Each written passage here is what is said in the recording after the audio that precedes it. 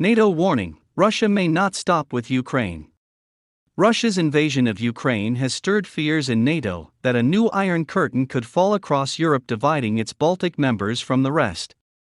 It is bolstering forces in that area to reflect what Secretary-General Jens Stoltenberg calls the new normal.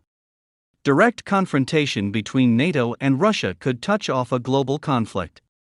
One retired NATO commander told Reuters the alliance is considering whether deterrence is enough.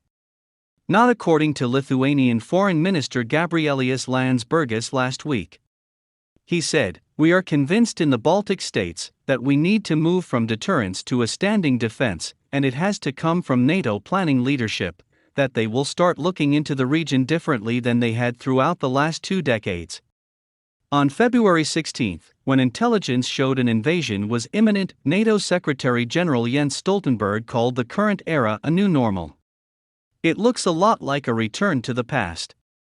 Founded in 1949 to defend against the Soviet threat, the NATO alliance is facing a return to mechanized warfare, a huge increase in defense spending, and potentially a new Iron Curtain falling across Europe.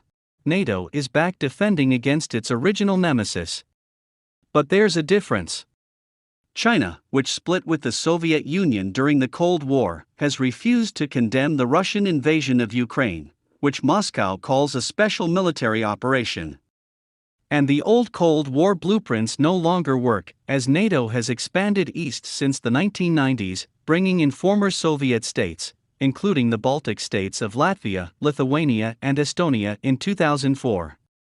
In early February, China and Russia issued a powerful joint statement rejecting NATO's expansion in Europe and challenging the Western-led international order. Direct confrontation between NATO and Russia could touch off a global conflict.